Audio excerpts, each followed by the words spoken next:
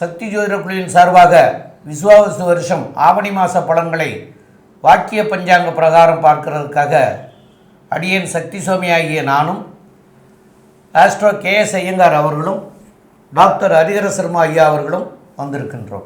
Sri Kuberan TV நேயர்கள் அனைவருக்கும் அநேக நமஸ்காரங்கள். அனைவருக்கும் டாக்டர் ஹரிஹர சர்மாவின் பணிவான நமஸ்காரங்கள்.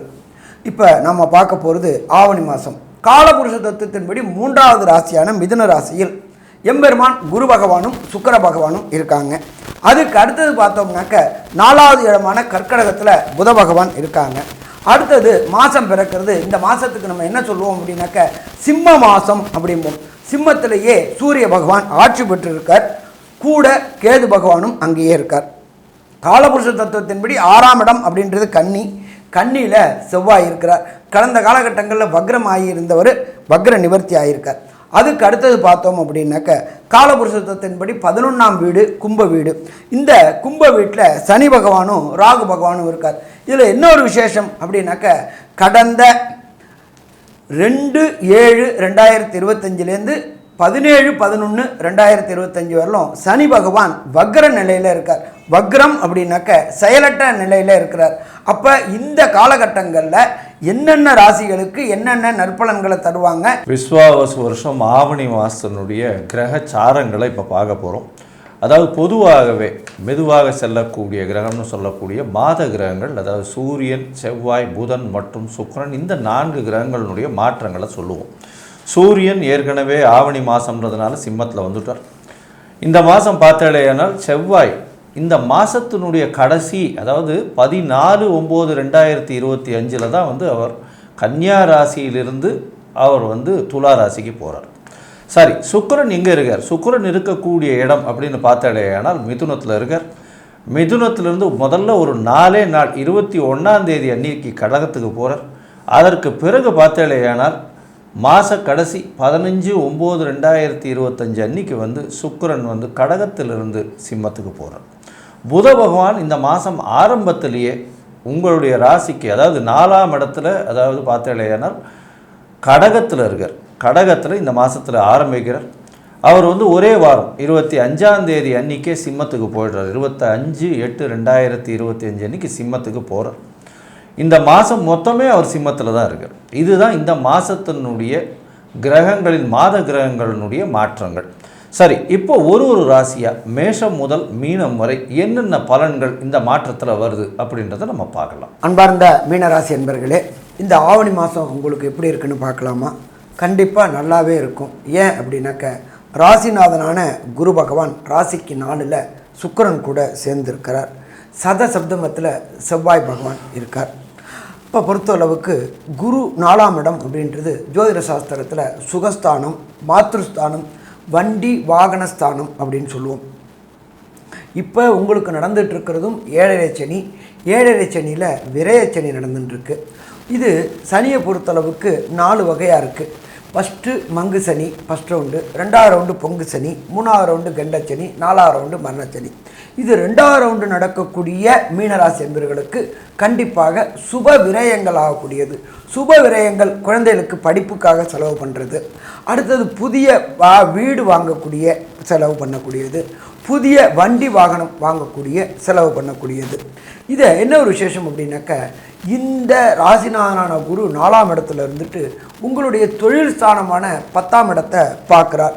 தொழிலில் தொடர் முன்னேற்றம் இருக்குமா? தொழிலில் தொடர் முன்னேற்றம் இருக்கும். தனம் கொட்டோன்னு கொட்டக்கூடிய வாய்ப்புகள் உண்டு. கேட்ட இடத்துல பணம் கிடைக்கக்கூடிய வாய்ப்புகள் உண்டு. இதை தவிர சப்தமத்தில் செவ்வாய் இருக்கார்.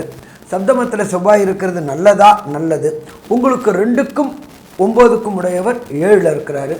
அப்போ குடும்பம் அமையாதவர்களுக்கு, நீண்ட காலமாக குடும்பம் அமையாதவர்களுக்கு குடும்பம் அமையக்கூடிய வாய்ப்புகள் உண்டு.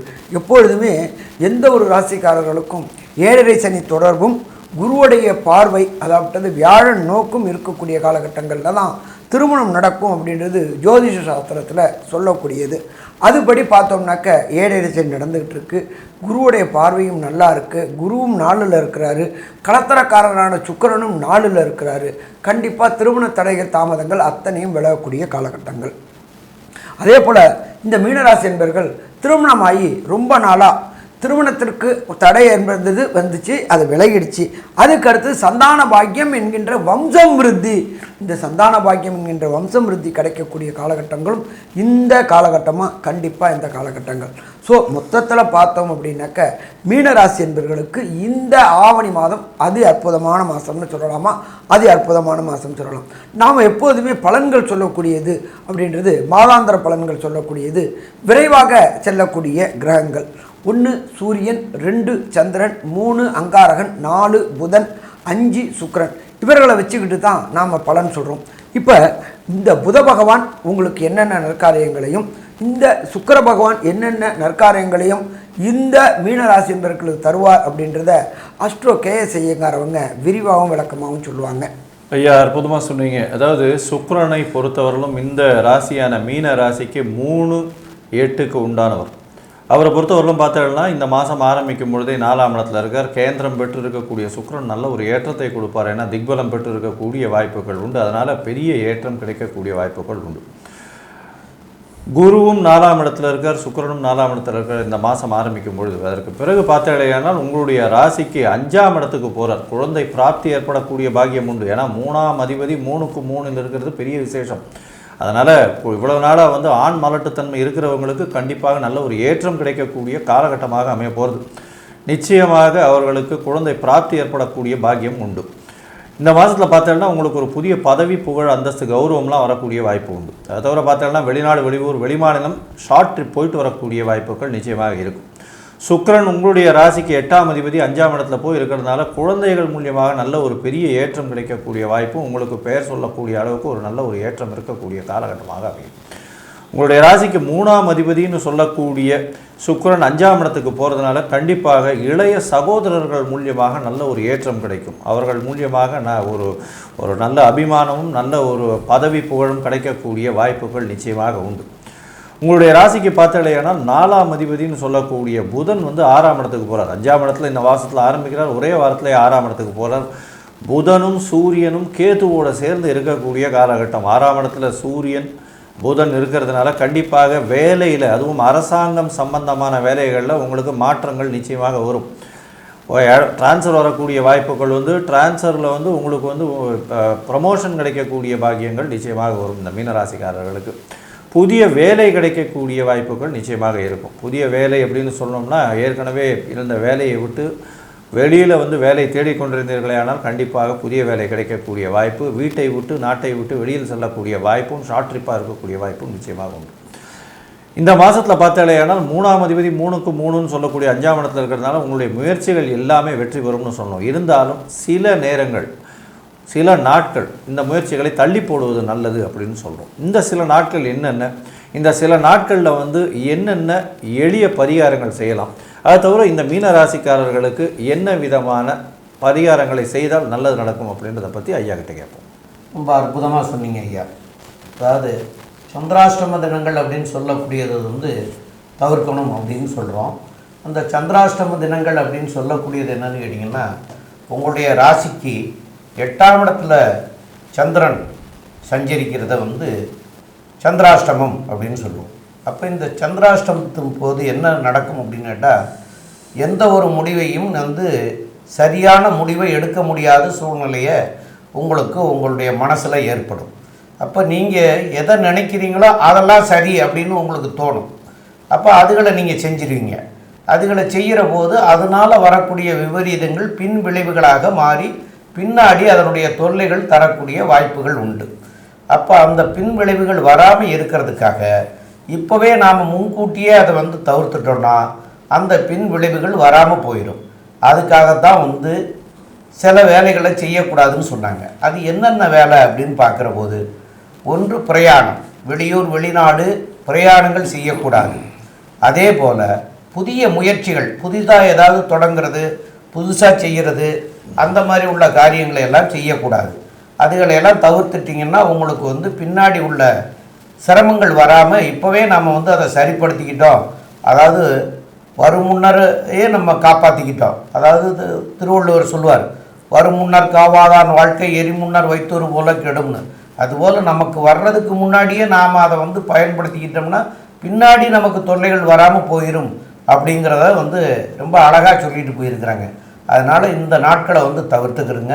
அது என்னென்னக்கு வருது அப்படின்னு பார்க்குற போது 27/8/2025 இரவு 8 மணி 13 நிமிஷத்துக்கு வந்து உங்களுக்கு ஆரம்பமாகுது. 28/8/2025 வியாழக்கிழமை, 29/8/2025 வெள்ளிக்கிழமை, 30/8/2025 சனிக்கிழமை காலையில் 7 மணி 50 நிமிஷம் வரைக்கும் இருக்குது. இந்த நேரத்துக்கு உங்களுடைய காரியங்களை எல்லாம் மாற்றி அமைச்சிக்கிறது மிக மிக நல்லது. மேலும் வந்து உங்களுக்கு வந்து 7.5 சனி இல்லை விரையச்சனியாக நடந்துட்டுருக்கிறது.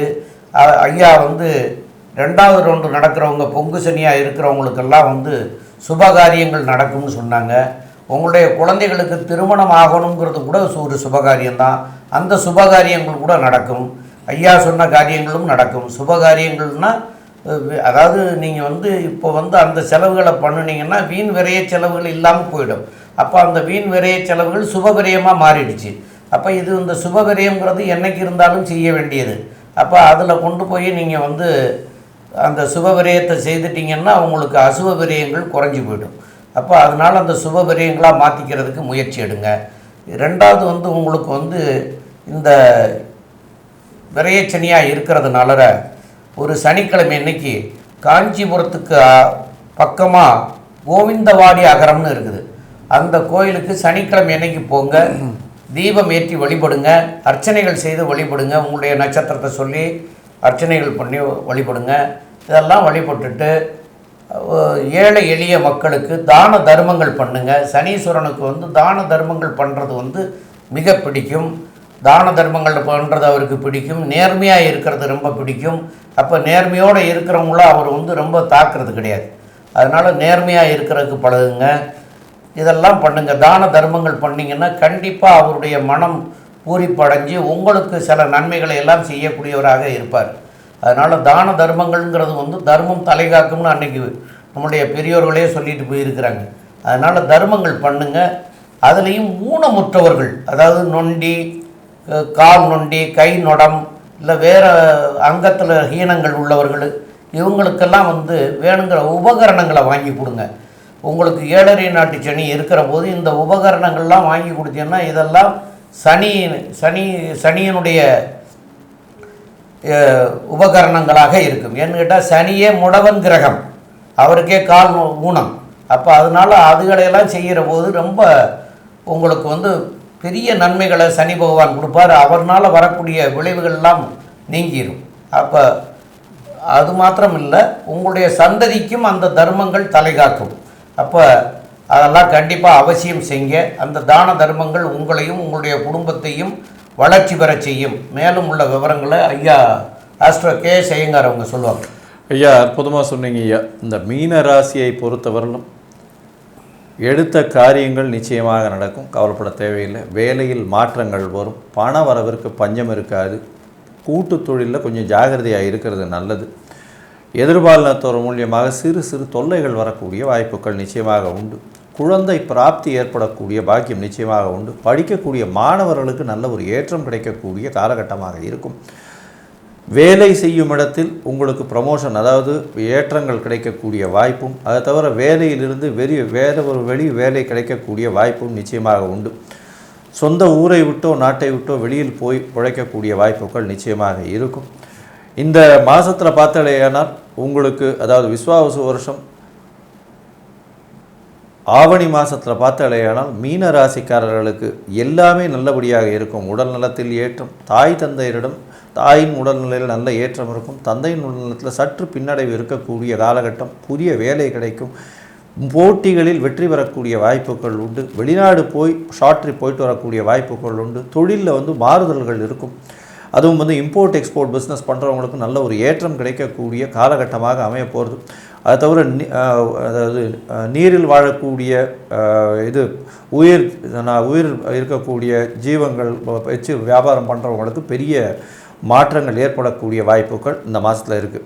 மொத்தத்தில் பார்க்கும்போது பார்த்தீங்கன்னா இந்த விஸ்வாவசு வருஷம் ஆவணி மாதம் மீன ராசிக்காரர்களுக்கு 90 விழுக்காடு மிகப்பெரிய ஏற்றத்தையும் மாற்றத்தையும் கொண்டு வரும்னு சக்தி ஜோதிட குழு சொல்லுது. நன்றி, நமஸ்காரம். ஸ்ரீ குபேரன் டிவியை பார்த்தமைக்கு நன்றிகள். மேலும் இது போன்ற தகவல்களை தெரிந்து கொள்ள ஸ்ரீ குபேரன் டிவியை சப்ஸ்கிரைப் செய்யுங்கள். மறக்காமல் பெல் ஐக்கானை கிளிக் செய்யுங்கள்.